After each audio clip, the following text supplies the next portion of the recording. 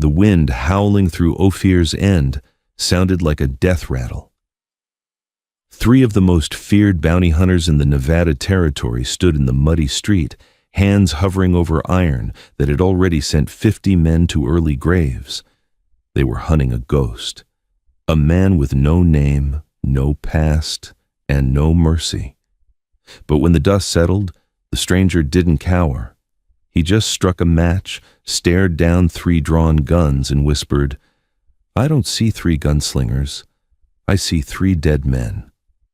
Stick around, because the true story of how this nameless drifter dismantled a legendary crew in 1874 is packed with blood, betrayal, and a twist you won't see coming. The Nevada Territory in October of 1874 was an unforgiving expanse of cracked earth, sagebrush, and broken promises. Ophir's End was the capital of all 3. It was a dying silver camp, a cluster of weathered clapboard buildings clinging to the side of a rusted mountain, populated by men who had long ago given up on salvation. On a Tuesday afternoon, the local paralysis was broken by the arrival of 3 riders. They did not ride in like men looking for a hot bath or a cold drink. They rode in like a plague. At the front rode Gideon Reed. Formerly a lead detective for the Pinkerton National Detective Agency, Reed had been dismissed in 1871 for methods deemed excessively cruel even by frontier standards. He was a tall, skeletal man dressed in an immaculately tailored dark suit that seemed utterly impervious to the desert dust. Across his saddle rested a customized 1873 Winchester repeating rifle. Reed was the architect of violence, a man who calculated bullet trajectories and human desperation with the same cold, dead eyes. To his right was Elias Cole. If Reed was the brain, Cole was the ego. Hailing from the bloody borderlands of Texas, Cole wore twin ivory-handled Colt Navy revolvers low on his hips and a massive Bowie knife sheathed against his thigh. He was notorious for a fast draw and a temper like a kerosene fire. He had a bounty on his own head in 3 states, but he operated freely because no sheriff was foolish enough to try and collect it. Bringing up the rear was Josiah Higgins. He was less a man and more a force of blunt force trauma. Broad-shouldered, scarred from smallpox and knife fights, Higgins wore a thick buffalo hide coat despite the blistering heat. He carried a sawn-off double-barrel shotgun that he affectionately referred to as the Widowmaker. Higgins was the muscle, a tracker who operated on pure, unhinged instinct. They hitched their horses outside Amos G. Finch's saloon. The boardwalk groaned under Higgins's heavy boots. Inside, the tinny sound of a piano died instantly as the swinging doors parted. The afternoon patrons, miners, drunks, and drifters, froze. Sheriff William T. Cobb, a man whose badge was mostly decorative at this point in his life, was sitting in the corner nursing a warm beer. He swallowed hard as Gideon Reed approached his table. "Sheriff Cobb," Reed said, his voice a quiet, rasping whisper that cut through the silence of the room. He didn't ask. He stated the name as a fact. "That's right," Cobb replied, instinctively resting a hand near his holster, though he knew he wouldn't draw. "Can I help you, gentlemen?"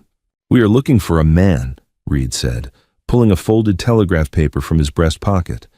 "Rides a roan gelding, wears a canvas duster, carries a Colt single-action army, 7.5-inch barrel.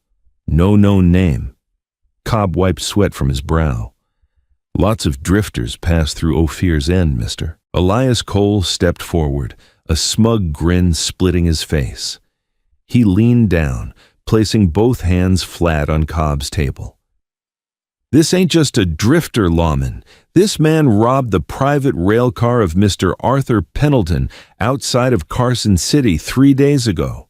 Left 4 armed guards bleeding out in the dirt." The name Arthur Pendleton made the air in the saloon grow colder. Pendleton was a cattle baron who owned half the politicians in Nevada. If Pendleton sent his personal hounds, it meant whatever the stranger stole was worth more than gold. "Pendleton's gold ain't my jurisdiction," Cobb muttered. He didn't take gold, Reed corrected smoothly. He took a leather-bound ledger, a private account book, and we are here to retrieve it. Josiah Higgins let out a low, guttural laugh from the doorway. He grabbed a passing patron, a young, terrified miner, by the collar and shoved him brutally against the bar. "You seen him, boy?" Higgins growled. "No, I swear to God," the miner cried. Higgins sneered and tossed the boy to the floor like a rag doll. "We wait," Reed commanded, waving Higgins off. "He is running out of water, and the only pass through the mountains is blocked by a rock slide. He has to come here. Amos," Reed called to the terrified saloon owner, "bring us a bottle of your finest rye, and leave the glasses. We'll be here a while." For 3 agonizing hours, the town of Ophir's End held its breath. The hunters sat at the center table, a terrifying trinity of death, controlling the room through sheer presence. Cole continuously spun the cylinder of his Colt. Higgins drank directly from a whiskey jug, his eyes darting toward the street. Reed simply sat perfectly still, his pocket watch ticking loudly in the quiet room. Then, at precisely 4 o'clock, the wind kicked up, rattling the saloon windows. Footsteps sounded on the boardwalk, slow, deliberate. The jingle of spurs echoed like chimes. The swinging doors opened, casting a long, dark shadow across the sawdust-covered floor. The man standing in the doorway was coated in white desert dust. His canvas duster was frayed at the edges. A battered Stetson was pulled low over his eyes. He didn't look like a legendary train robber. He looked exhausted, half-starved, and entirely unremarkable, except for the way he carried himself. There was an absolute stillness to him. He didn't glance at the 3 deadliest men in the territory sitting in the center of the room. He walked straight to the bar, the floorboards creaking under his weight. Amos Finch, trembling violently, approached the bar. "Whiskey," the nameless man said. His voice was gravel, dry and flat. "Leave the bottle." At the center table, Gideon Reed snapped his pocket watch shut. The click echoed like a gunshot. The hunt was over. The slaughter was about to begin. The silence in Amos Finch's saloon was absolute, save for the glug of amber liquid pouring into a dirty shot glass.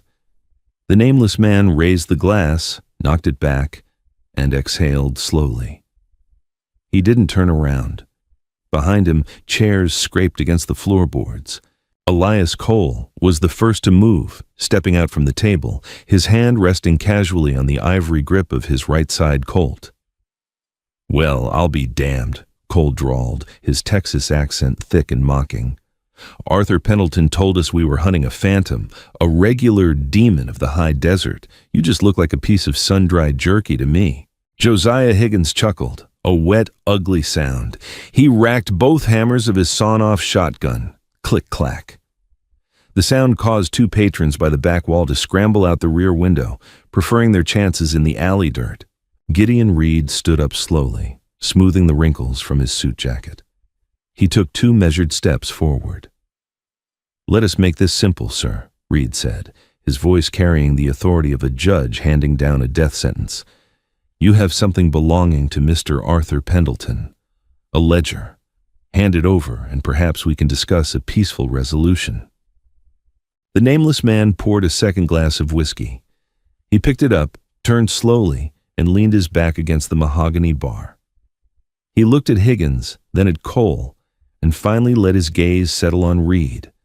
His eyes were pale, devoid of fear, devoid of anything resembling human anxiety. "Pendleton," the nameless man finally spoke, his tone conversational. "Pendleton's a liar." Cole's smile vanished.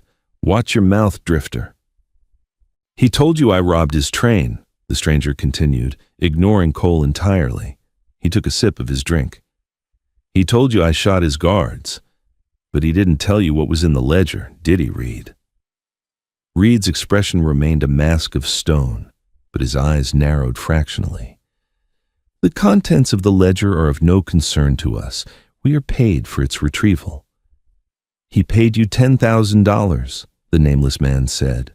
Cole and Higgins exchanged a sharp, confused look. Pendleton had offered them $5,000. Total. $10,000 the stranger repeated, seeing the shift in their body language. He reached into his duster. Instantly, 3 guns leveled at his chest.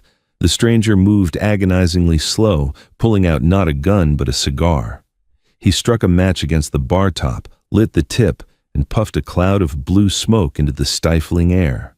The ledger contains the names of every judge, every sheriff, and every politician Pendleton bribed to steal the water rights in the valley, the stranger said, holding the cigar between 2 fingers. But it also contains the receipts for the massacres, the homesteaders he had burned out, the families he had buried. "Shut up," Higgins snarled, raising the shotgun. "I don't care about no homesteaders. Hand over the book." "You should care, Josiah," the stranger said calmly. Because Pendleton didn't send 3 men to bring back a book that could hang him. He sent 1 man he trusts to bring back the book, and he paid that man extra to make sure the other 2 didn't survive to blackmail him later. The psychological knife slipped in seamlessly. Cole's hand twitched over his revolver. He took a half step away from Reed. "What the hell is he talking about, Gideon?" "It is a lie, Elias. A desperate bluff from a cornered animal," Reed said smoothly, but there was a sudden tension in his shoulders. He didn't look at Cole. He kept his eyes locked on the stranger. "Shoot him." "If it's a bluff," the nameless man said, dropping his cigar to the floor and crushing it under his boot, "why is Reed's right hand closer to his hideout gun than his rifle?" Cole instinctively glanced at Reed's hand, which was indeed hovering near the lapel of his suit, nowhere near the Winchester slung over his shoulder. It was only a fraction of a second, a momentary lapse in focus, but for a man with no name and nothing to lose, a fraction of a second was a lifetime. Cole looked back, his face twisting in rage. "You son of a—" The stranger didn't draw from the hip. In a blur of motion that defied the exhaustion he had displayed moments before, his right hand swept down, drew the heavy Colt peacemaker, and fired in one fluid, blindingly fast arc. He didn't aim for the chest. He didn't aim for the head. Bang! The heavy .45 caliber slug shattered the oil lantern hanging directly above the center table. Flaming kerosene exploded downward in a shower of liquid fire, splashing across Josiah Higgins's thick buffalo coat. Higgins shrieked as his left arm and chest erupted in flames. He blindly pulled the triggers of the Widowmaker. The twin blasts of buckshot tore a massive hole in the ceiling, bringing down a shower of plaster and dust. Bang! The stranger's second shot took Elias Cole in the right shoulder just as the Texan cleared leather. Cole spun, crying out as his ivory-handled revolver clattered to the floorboards. He scrambled backward, clutching his shattered shoulder, firing wildly with his left hand. Bullets chewed the mahogany bar into splinters. The air instantly filled with the acrid, choking stench of black powder smoke and burning hair. Gideon Reed, true to his cold nature, didn't flinch at the fire or the screams. He dropped to one knee, sweeping the Winchester off his back, levering around into the chamber and firing blindly into the thick smoke where the stranger had been standing. But the stranger wasn't there. As soon as he took his second shot, the nameless man had thrown himself behind the heavy oak of the bar counter. He crawled rapidly through the broken glass and spilled whiskey, moving toward the saloon's back hallway. "Lock the doors!" Reed barked over the chaos, coughing through the thick smoke. He stood up, tracking his rifle barrel across the shattered room. "He's still in here! Higgins, put yourself out, you fool!" Higgins was rolling on the floor, crushing the flames against the sawdust, roaring in agony and fury. Cole was leaning against a support pillar, leaving a smear of blood on the wood, his eyes wide with shock. The 3 deadliest hunters in the West had completely lost control in the span of 3 seconds. From the darkened shadows of the back hallway, a voice drifted out, calm, cold, and echoing through the smoke. "I told you," the nameless man's voice said. "I don't see 3 gunslingers. I see 3 dead men."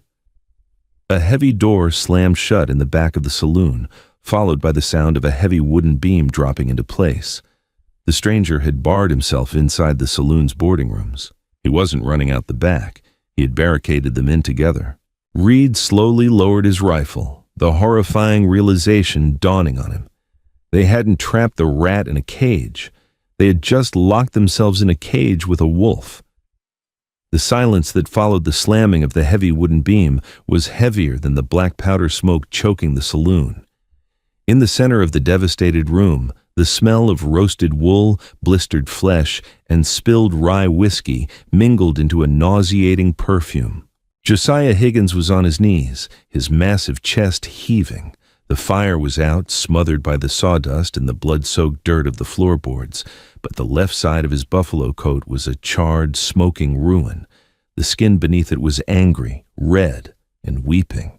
He let out a low, vibrating growl that sounded more animal than human, his thick fingers gripping the stock of his dropped widowmaker so hard his knuckles turned bone white.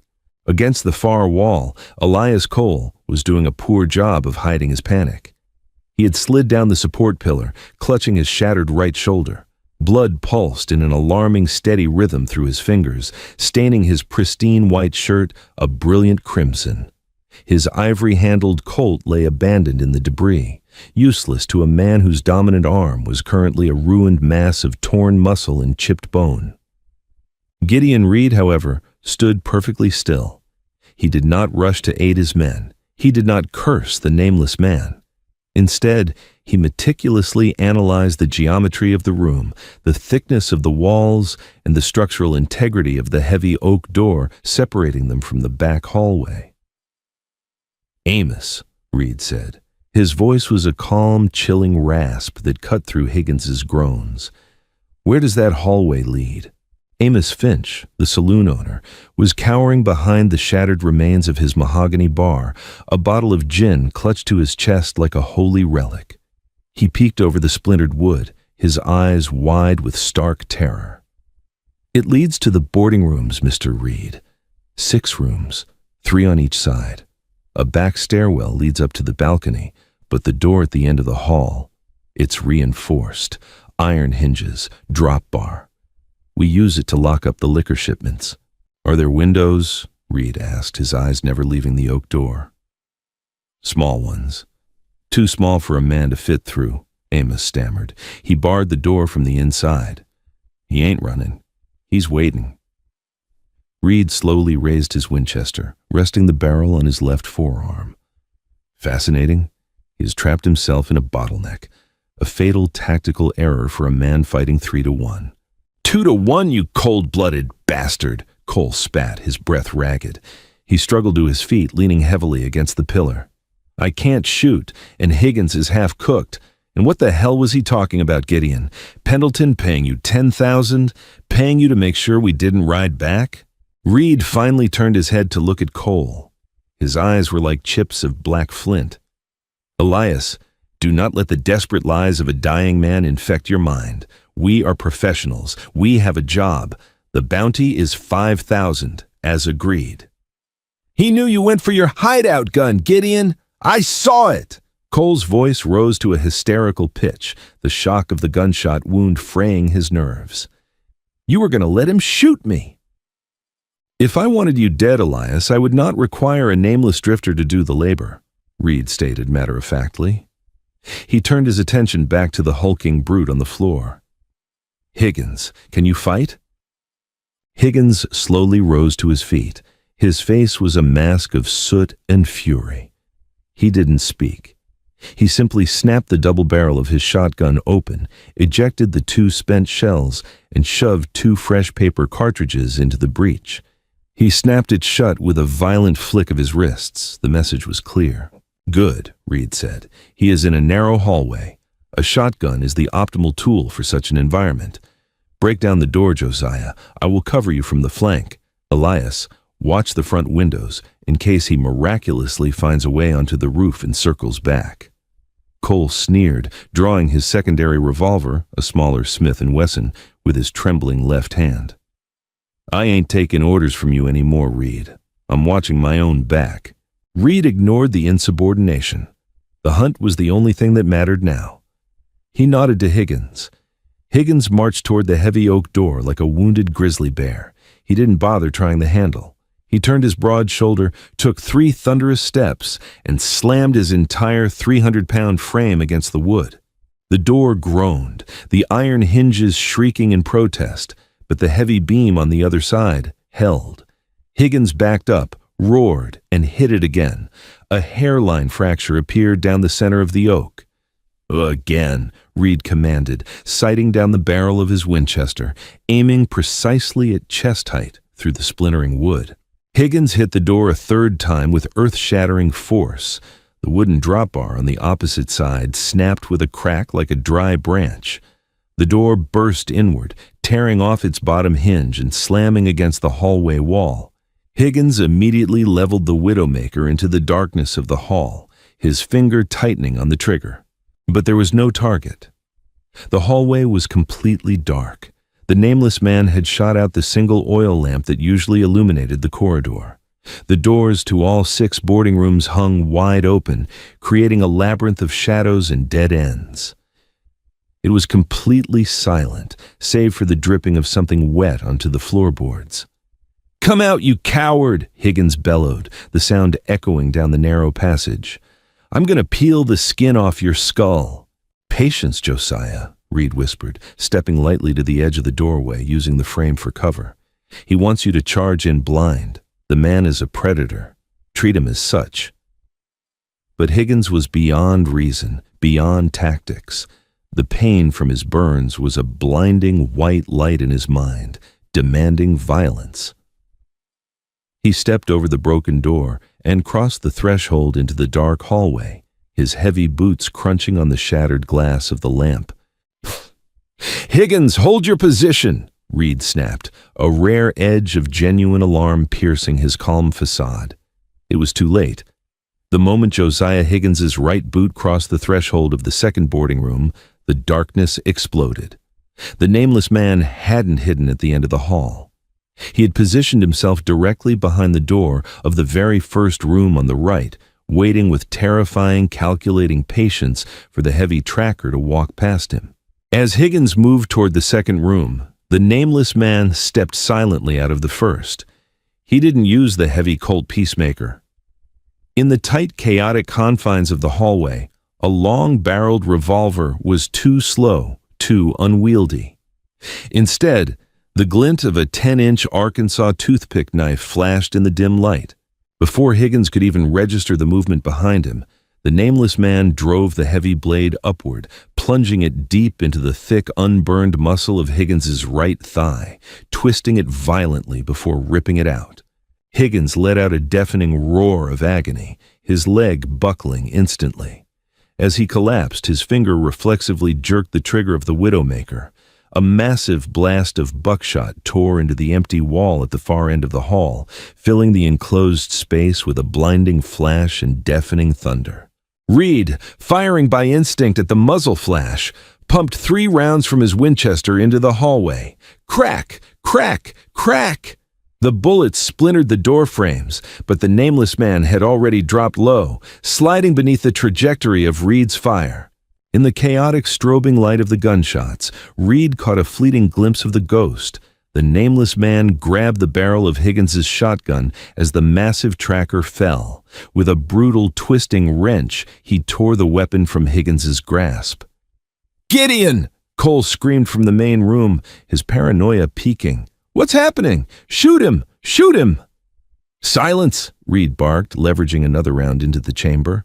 In the dark hallway, Higgins was thrashing on the floor, bleeding heavily from the femoral artery. He reached out with his massive, meaty hands, trying to grapple the stranger in the dark.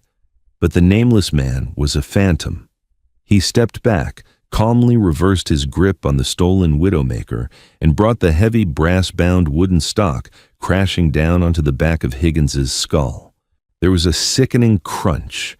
Higgins's massive body went entirely limp, collapsing face first into the dusty floorboards. The toughest tracker in the Nevada territory, a man who had survived Indian raids, bar brawls, and a dozen shootouts, was neutralized in less than 10 seconds without the stranger firing a single shot. The Nameless Man tossed the empty shotgun onto Higgins's back. He didn't retreat. He stood in the pitch-black hallway, his breathing steady, entirely invisible to the 2 men waiting in the saloon. "One down, The calm, gravelly voice drifted out from the darkness. It didn't sound out of breath. It sounded like he was simply taking inventory. Your muscle is dead, Reed. It's just you, the bleeder, and me. In the main room, Elias Cole backed away from the hallway entrance, his boots slipping slightly in the spilled whiskey. His face was pale, slick with cold sweat. He looked at Reed, who was still aiming the Winchester at the empty doorway. "He killed Josiah," Cole whispered, his voice trembling. "He killed him in the dark with a damn knife." "He is attempting to terrify you, Elias," Reed said, his voice dropping to a hypnotic, chilling calm. "Do not let him. He's still trapped. He has a revolver and a knife. We have range, and we have the light." "Light?" Cole spat, gesturing wildly with his good hand to the dim, smoky saloon. "I can't see a damn thing. He's picking us apart. He was right. You set us up." Reed finally lowered the rifle, turning slowly to face the hysterical Texan. The coldness in Reed's eyes was absolute. "Elias, if you do not calm yourself, you are going to get us both killed. Now, move to the left side of the door. If he steps out, you fire." But Cole was unraveling. The pain, the blood loss, and the terrifying efficiency of the nameless man had completely broken his nerve. He looked at the shattered front windows of the saloon. Freedom. He could leave Reed here. He could survive. "No," Cole gasped, shaking his head. "No, I'm done. You want the ledger, Gideon? You go in the dark and get it yourself. I'm riding out." Cole turned his back on the hallway, limping heavily toward the swinging doors at the front of the saloon.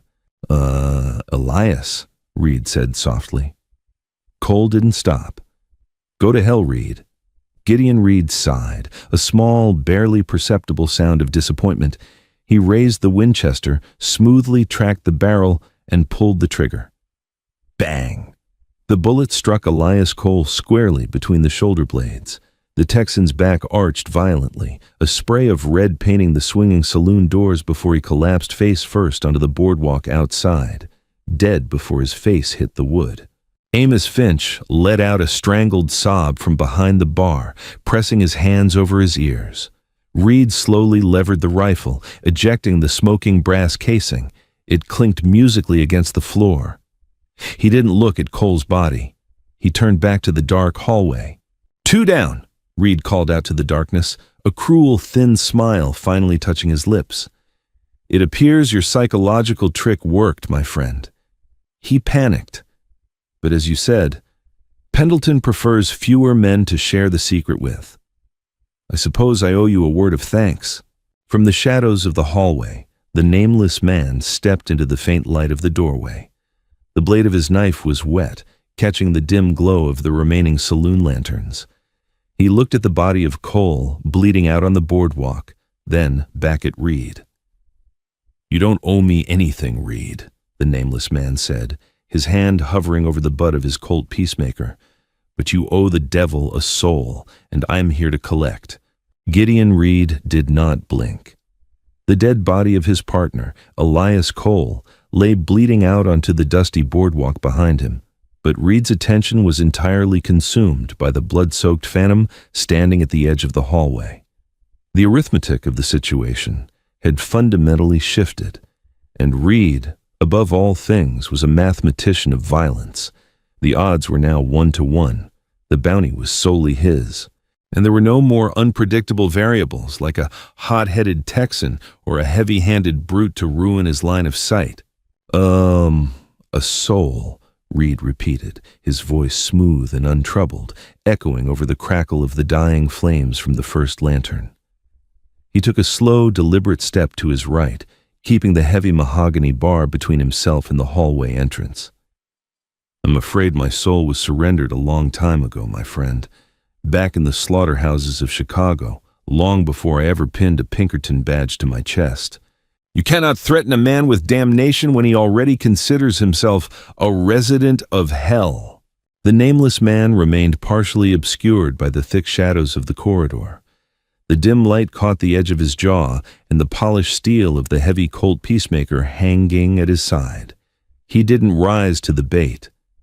"Pendleton didn't hire you for your soul, Reed. He hired you because you're a machine, but machines break when you introduce sand into the gears." "And you are the sand?" Reed asked, a cruel, thin smile playing on his lips. He raised the Winchester, the barrel tracking smoothly. "You flatter yourself. You're merely an obstacle, a dead man who has not yet realized his lungs have stopped taking in air."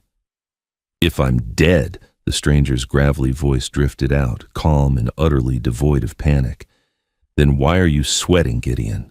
Reed's eyes narrowed fractionally. It was true.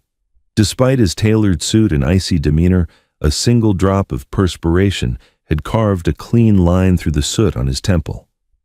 The heat in the saloon was rising, the air turning thick and unbreathable as the spilled kerosene continued to smolder in the floorboards.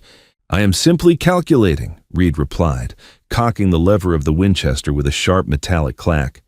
"You have a Colt revolver, a formidable weapon at 10 paces, but we are at 30 paces. You are standing in a fatal bottleneck. If you step out, I will put a .44 caliber bullet through your heart before you can raise your arm. If you stay in the hallway, you will eventually asphyxiate from the smoke. You have no move left." "I have the ledger," the nameless man countered. "The one with Judge Emmett Tolliver's signature on the water rights theft. The one detailing the massacre at Black Rock. You shoot me in the heart, my blood ruins the pages. You burn me out, the fire takes the book. Pendleton doesn't pay for ash, Reed." Reed paused. The logic was sound. If the ledger was destroyed, the $10,000 evaporated with it. He needed the man dead, but he needed the book intact. From beneath the shattered bar, Amos Finch let out a pathetic, whimpering cough. The smoke was banking down from the ceiling, a thick, toxic fog of burning wood and black powder. "Amos," Reed said, his eyes never leaving the doorway, "crawl out the back window. Go tell Sheriff Cobb that the situation is being handled. If he interferes, I will kill him. Go." The saloon owner didn't need to be told twice. With a scramble of desperate, scrabbling limbs, Amos threw himself through the shattered glass of the rear window, tumbling into the alleyway and leaving the two men entirely alone in the dying saloon. "It seems we have privacy," Reed said softly. He reached into his coat pocket with his left hand, extracting a silver lighter. He snapped it open, a bright flame flaring in his palm. "You are correct about one thing, stranger. I cannot burn the ledger. But I do not need to burn the ledger to burn you." Reed didn't throw the lighter. Instead, he raised the Winchester and fired a single deafening shot directly into the second large oil lamp hanging over the piano in the corner. The glass shattered in a rain of jagged shards. A gallon of highly flammable whale oil cascaded over the upright piano and the wooden floorboards. The latent heat and sparks from the room instantly ignited the fuel. A wall of bright, searing orange flame roared to life, casting wild, dancing shadows across the saloon. The fire illuminated the hallway perfectly. The shadows were stripped away in a violent wash of light, but the nameless man was already gone. In the fraction of a second it took Reed to turn his rifle toward the lamp, the stranger had faded backward into the boarding house labyrinth. "Clever," Reed whispered, the heat of the burning piano washing over his face. "But a cage is still a cage, even when it is illuminated." He began to move. Gideon Reed did not rush. He stalked forward with the terrifying, methodical grace of a praying mantis. The fire was spreading rapidly now, catching the cheap velvet curtains and the dry wallpaper. The roar of the flames began to drown out the silence, creating a chaotic symphony of destruction. This was exactly what Reed wanted. The noise would cover his footsteps. The shifting light would confuse his prey. He stepped over Higgins's massive, unconscious form at the threshold of the hallway, his boots making no sound on the wood. The hunt had entered its final, most intimate phase. The boarding house hallway was a tunnel of suffocating heat and blinding, swirling smoke. The fire from the main saloon was acting like a furnace, pushing a thick, choking cloud of gray ash down the narrow corridor. The nameless man crouched low in the third room on the left, pressing a damp bandana to his nose and mouth. He had poured the water pitcher from the bedside table over his face, soaking his duster to ward off the encroaching heat. He breathed shallowly, his eyes stinging. He could hear the fire consuming the saloon behind him, the crackle of dry timber giving way to the deep roaring bass of structural beams catching light. But beneath that roar, he listened for something else.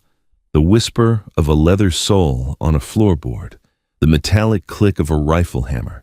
Gideon Reed was coming. The nameless man looked around the small, cramped boarding room. It contained a narrow iron bed, a cheap pine dresser, and a washstand. A single small window looked out onto the muddy side street. He knew Reed's tactical mind. Reed would expect him to either break the window to escape, making himself an easy target in the narrow alley, or wait in ambush behind the door. The stranger decided to do neither. He moved quickly, silently lifting the heavy iron bed frame.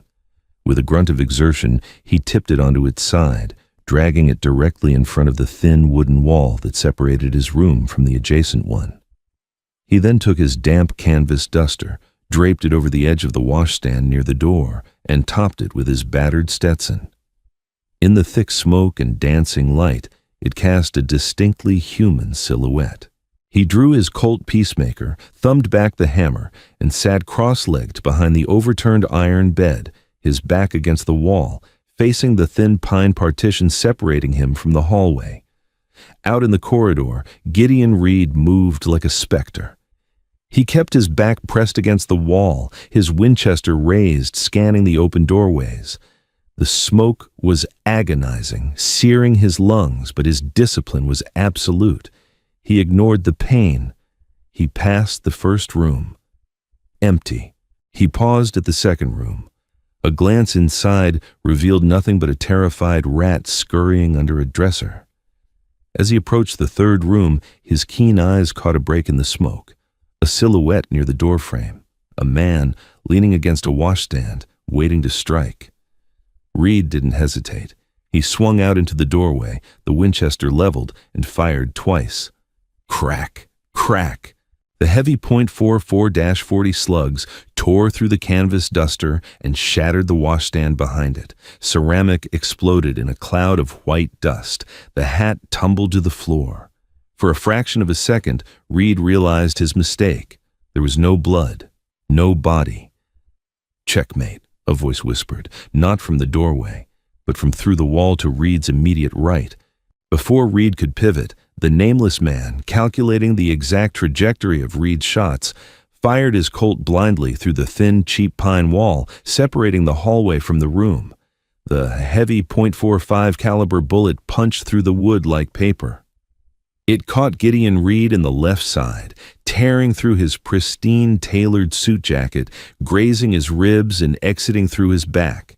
Reed staggered, a sharp gasp escaping his lips as the impact spun him around. He stumbled backward, his back hitting the opposite wall of the hallway. Pain, hot and blinding, flared in his side, but the Pinkerton training held tight. He didn't drop his rifle. He gritted his teeth, levered a fresh round into the chamber, and unleashed a barrage of suppressing fire directly through the wall where the shot had come from. Bang, bang, bang, bang! The thin pine partition was pulverized, turning into a sieve of splinters and daylight as the heavy rifle rounds chewed it to pieces. Inside the room, the nameless man remained perfectly still behind the overturned iron bed frame. 3 of Reed's bullets struck the thick iron with heavy ringing clangs, flattening out and dropping to the floor. The iron had saved his life. The firing stopped. The only sound was the crackle of the approaching fire and Reed's heavy, ragged breathing in the hallway. "You missed the vitals," Reed called out, his voice strained but maintaining its icy composure. Blood was seeping through his fingers as he pressed his left hand against his side. "A grazing wound. Painful, but not fatal. You, however, are out of tricks." "Am I?" the nameless man asked, standing up slowly. The smoke in the room was banking lower, leaving only a few feet of breathable air near the floor. The heat was becoming unbearable. The paint on the walls was beginning to bubble and peel. "The fire has reached the hallway," Reed stated, leaning heavily against the doorframe of the opposite room. "In 3 minutes, this entire structure will collapse. Come out with a ledger, and I swear on my honor I will put a bullet in your head quickly. Stay in there, and you will burn alive." The nameless man kicked the shattered doorframe of his room and stepped out into the smoke-filled hallway. He stood 10 feet from Reed. The two men faced each other in the burning corridor, ghosts in the ash. Reed smiled, raising his Winchester with his one good arm, resting the barrel against the doorframe to steady it. "A wise choice. Hand it over." The nameless man didn't raise his gun. He looked at Reed, his pale eyes entirely unfazed by the rifle pointed at his chest. "I don't have it," the stranger said softly. Reed's finger tightened on the trigger. "Do not lie to me. It is in your saddlebags or your coat. I will find it when you are dead." "I rode into town on a roan gelding, Reed." "Do you remember?" the stranger asked, taking a slow step forward. The flames licked at the ceiling above them, raining sparks down onto their shoulders. "Yes," Reed hissed, his patience gone. "Where is the book?" "I didn't bring the horse to the saloon," the nameless man said, an unnerving, predatory grin finally breaking across his stoic face. "I left him at the livery stable at the edge of town, with the sheriff's deputy. I paid the boy $20 to put the ledger on the 4:15 stagecoach heading to Carson City, to the federal marshal's office." Gideon Reed froze. The cold calculation in his eyes shattered. For the first time since he had ridden into Ophir's End, pure, unadulterated panic gripped the former Pinkerton detective. "You are lying," Reed breathed, but the certainty was gone from his voice. "The stagecoach left 10 minutes ago," the nameless man said, raising his heavy Colt. "You don't have time to kill me and catch it, Gideon. You have to choose, the bounty or the secret." The flames roared, the ceiling groaned, and Gideon Reed realized with horrifying clarity that the nameless man hadn't just trapped him in a burning building. He had trapped his mind in an impossible riddle. The heat inside the boarding house hallway was no longer just a physical sensation. It was a living, breathing entity. The wallpaper blistered and peeled in long, curling strips, igniting mid-air and drifting down like demonic snow. The structural beams of Amos Finch's saloon groaned under the sheer thermal stress, the heavy wood snapping with a sound like artillery fire. Gideon Reed stood paralyzed in the inferno, his Winchester rifle leveled at the chest of the nameless man. The blood leaking from the bullet graze on his rib cage felt cold compared to the blistering air. For the first time in his ruthless, calculated life, the former Pinkerton detective was staring at an equation he could not solve. The stagecoach left 10 minutes ago. If Reed stayed and pulled the trigger, he might kill the ghost standing before him. He would survive the shootout. But Arthur Pendleton didn't care about survival. He cared about the ledger. If that book reached the federal marshal in Carson City, Pendleton would hang, and before he dropped from the gallows, he would send an army of hired guns to ensure Reed died screaming. The nameless man didn't move. He stood with the heavy Colt Peacemaker hanging loosely at his side, his pale eyes reflecting the swirling orange flames. He wasn't just offering a choice, he was offering a test of Reed's fundamental nature. Was he a hunter seeking vengeance for his fallen posse, or was he a mercenary driven entirely by a paycheck? Reed's jaw tightened until the muscles threatened to snap. His eyes darted from the stranger to the collapsing ceiling and then to the smoke-filled doorway leading to the alley. The mathematics of cowardice took over. "You are a dead man," Reed spat, the words tasting like ash in his mouth. "Pendleton will send 50 men after you." "Let them come," the stranger replied evenly. "They'll find the same thing you did." Reed didn't fire. With a sharp, furious curse, he lowered the Winchester, turned his back on his prey, and sprinted toward the rear window of the saloon. He threw himself through the jagged remains of the glass just as the burning roof above the main bar caved in, sending a volcanic eruption of sparks and flaming debris into the Nevada sky. The nameless man stood alone in the hallway. He calmly holstered his Peacemaker. He didn't run. He turned his attention to the massive, unmoving form of Josiah Higgins lying on the floorboards. The fire was inches away from the unconscious tracker's buffalo coat. With a heavy sigh, the nameless man grabbed Higgins by the collar of his thick coat. Grunting against the sheer dead weight of the 300-pound brute, he dragged him backward through the smoke, pulling him out the side door of the boarding house and rolling him roughly into the muddy drainage ditch of the alley.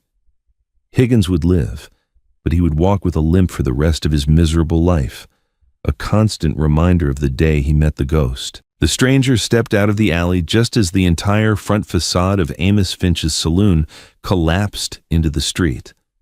The crash was deafening. Ophir's End was in absolute pandemonium.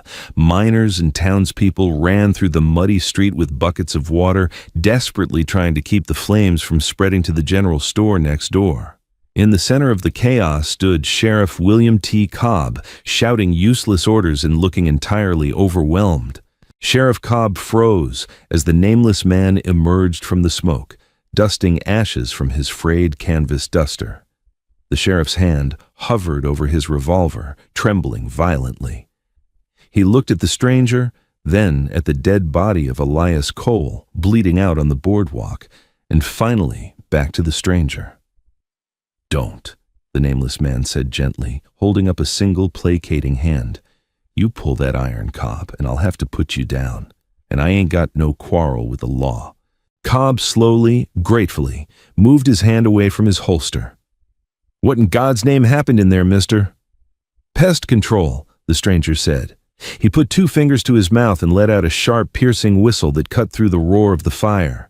A moment later, the rhythmic thud of hooves approached from the livery stable at the far end of the street.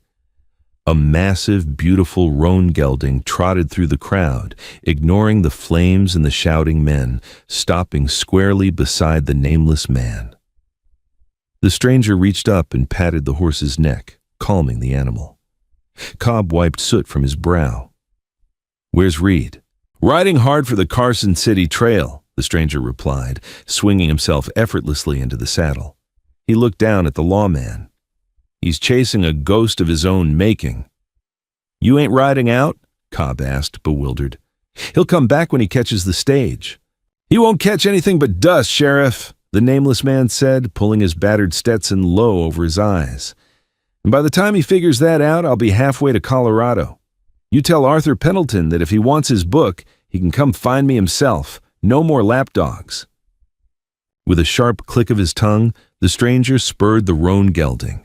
He didn't ride out in a frantic gallop. He rode out at a steady, deliberate walk, cutting a solitary figure against the backdrop of the burning town, a man who had walked into a slaughterhouse and walked out an architect of ruin.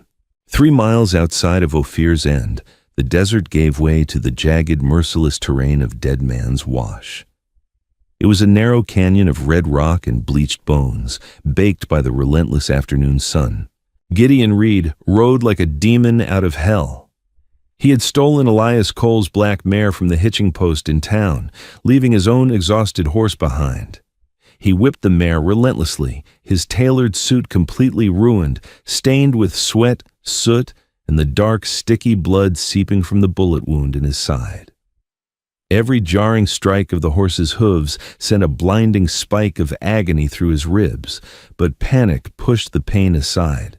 He had to catch the stagecoach.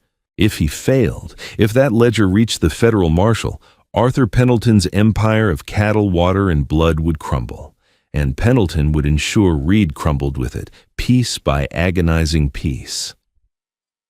"Come on," Reed screamed, his voice a hoarse, ragged tear in his throat, spurring the mare until her flanks frothed with white sweat. He rounded a sharp bend in the canyon and finally saw it.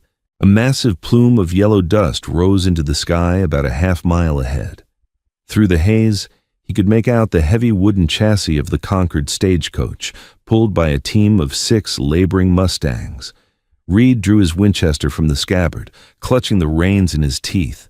He ignored the screaming pain in his side and pushed the black mare into a dead sprint. The gap closed rapidly.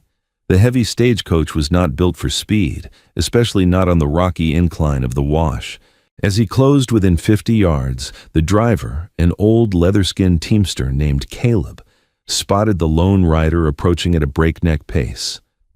Seeing the rifle in Reed's hand, Caleb panicked. He cracked his long whip over the team of horses, shouting frantically, trying to outrun the threat. "Stop!" Reed bellowed, but his voice was swallowed by the thunder of 24 hooves. Reed didn't have time for a chase. He stood in the stirrups, leveled the Winchester with his one good arm, and fired a warning shot that shattered the wooden luggage rail inches from the driver's head. Caleb shrieked, hauling back on the heavy leather brake lever with all his might. The stagecoach skidded violently, the wooden wheels locking up and grinding against the gravel, throwing up a massive cloud of dust before finally coming to a lurching, shuddering halt in the center of the canyon.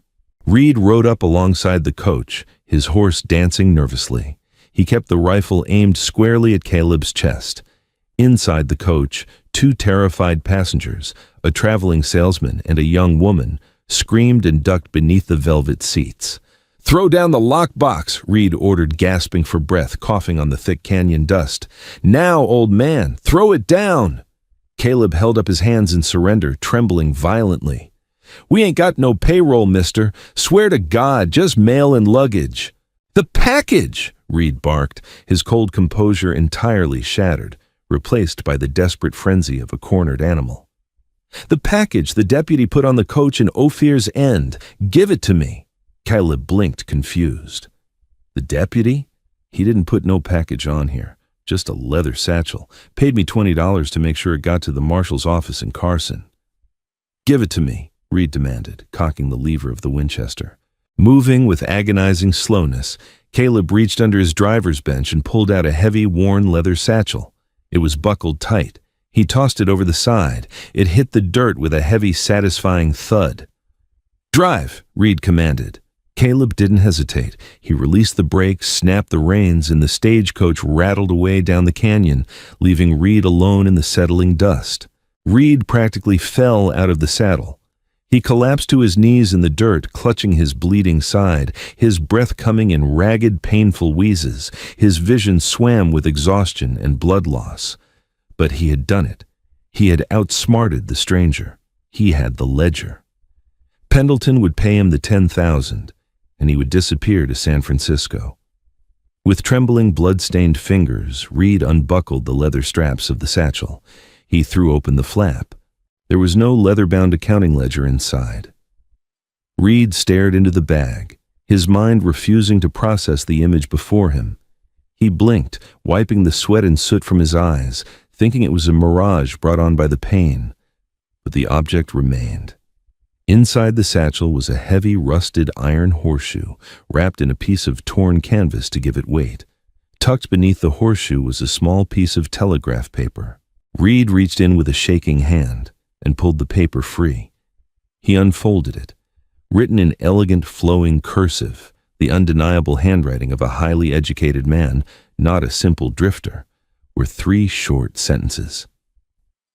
"Gideon, a man who only calculates the odds will always fall for a bluff. The ledger never left my saddlebags. You are exactly what I saw in the saloon. A dead man." The paper slipped from Reed's fingers, fluttering gently to the desert floor. The silence of the canyon was absolute, broken only by the heavy, labored breathing of the dying black mare.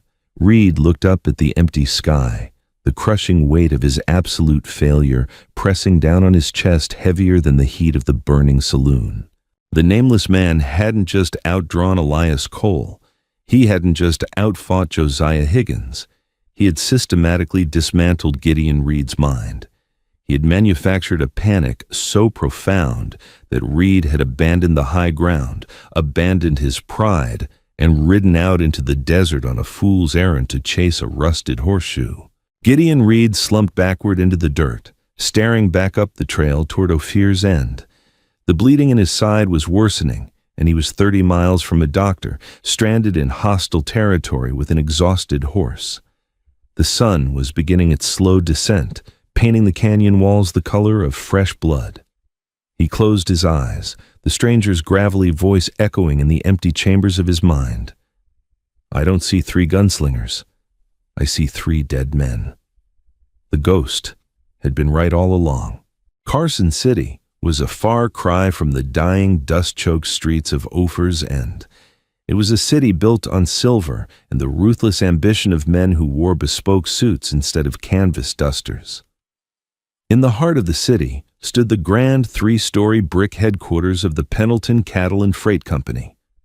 The building projected power, untouchable wealth, and absolute security. Arthur Pendleton sat behind a massive desk carved from solid mahogany, nursing a glass of 20-year-old scotch. He was a barrel-chested man with a thick silver mustache and eyes that had long ago forgotten how to show mercy. The brass carriage clock on his mantel ticked steadily toward midnight.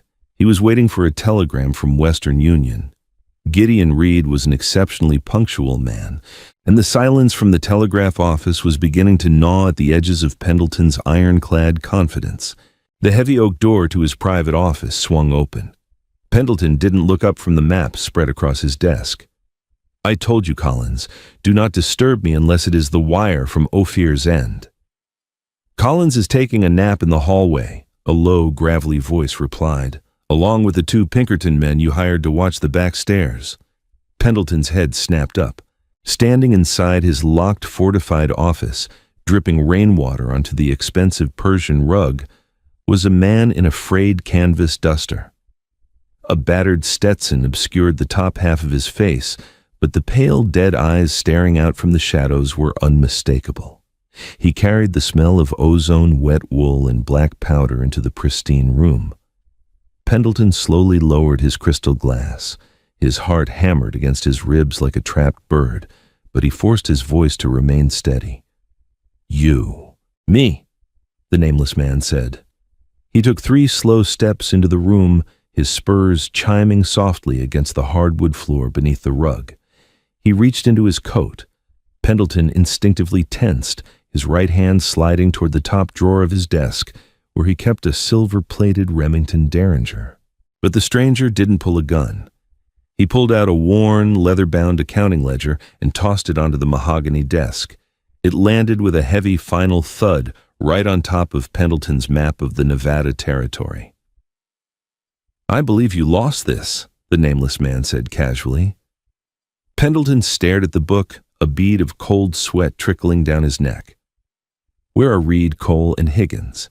"Cole is dead," the stranger answered flatly. "Higgins is crippled, and Gideon Reed is currently bleeding out somewhere in Dead Man's Wash, chasing a horseshoe he thought was this ledger.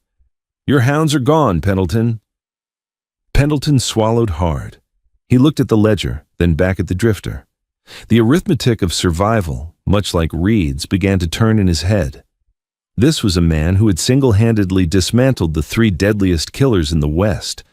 But every man had a price. $10,000, Pendleton said, his voice slick and persuasive. "That was the bounty on your head. I'll give you $50,000, right now.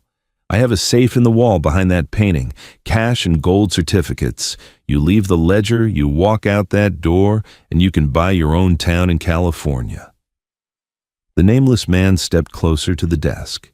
He didn't look at the painting. He didn't look at the ledger. He looked dead into Pendleton's eyes. 50,000, the stranger repeated softly. "Is that what 32 lives are worth? The families at Black Rock? You paid Judge Emmett Tolliver $2,000 to forge the deeds, and you paid your riders $500 to burn the homesteads to the ground, with the women and children still inside." "That is business!" Pendleton snapped, his temper flaring through his fear. "This is the frontier. Progress requires blood. If you are not here to blackmail me, Drifter, then what do you want?" The nameless man reached into his duster one final time. He didn't pull a weapon. He pulled back the heavy canvas flap to reveal a gleaming silver star pinned to his vest. It was a badge, not a tin star of a local town sheriff, but the heavy, authoritative crest of a United States Deputy Federal Marshal. Pendleton's face drained of all color. He looked like a corpse. "Your federal law," Pendleton whispered, the reality crashing down on him. Pfft. Under the direct authority of Governor Lewis R. Bradley and the Attorney General, the marshal said, his voice dropping its rustic drawl, replacing it with the sharp, educated articulation of a seasoned investigator. I wasn't running from your men, Arthur. I was drawing them out. I needed to isolate Reed, Cole, and Higgins so they couldn't protect you when the time came. You can't prove anything, Pendleton stammered, his hand inching closer to the desk drawer. That ledger. It's a forgery. It's circumstantial. It might be, the marshal agreed, but the original ledger I handed to the federal judge an hour ago is quite compelling. The one on your desk is just a blank diary I picked up in Ophir's End. I just wanted to see the look on your face when you realized your empire was built on a house of cards. Pendleton roared, throwing open the desk drawer and snatching the silver derringer. He never even cocked the hammer. The marshal's hand moved with blinding supernatural speed. The heavy Colt Peacemaker cleared leather and fired in a single heartbeat. The bullet shattered Pendleton's right wrist, sending the derringer spinning uselessly across the room. Pendleton collapsed back into his leather chair, screaming, clutching his ruined, bloody hand against his chest. I don't see a cattle baron, the marshal whispered, holstering his smoking gun and turning his back on the crying man. I see a dead man walking. Outside the window, the heavy boots of 20 federal marshals echoed on the cobblestones as they surrounded the building. The hunt was finally over, and that is the brutal, true-to-life saga of how a single nameless federal marshal dismantled a corrupt cattle empire and the 3 deadliest bounty hunters of the 1870s. By using their own greed and paranoia against them, he proved that the fastest gun in the West means nothing if the mind pulling the trigger is clouded by fear. Did you see that final twist coming? Let me know down in the comments if you think Gideon Reed managed to survive the desert, or if Dead Man's Wash claimed another soul. If you loved this gritty dive into Wild West drama, hit that like button, share it with your fellow history buffs, and absolutely subscribe to the channel for more legendary tales from the frontier.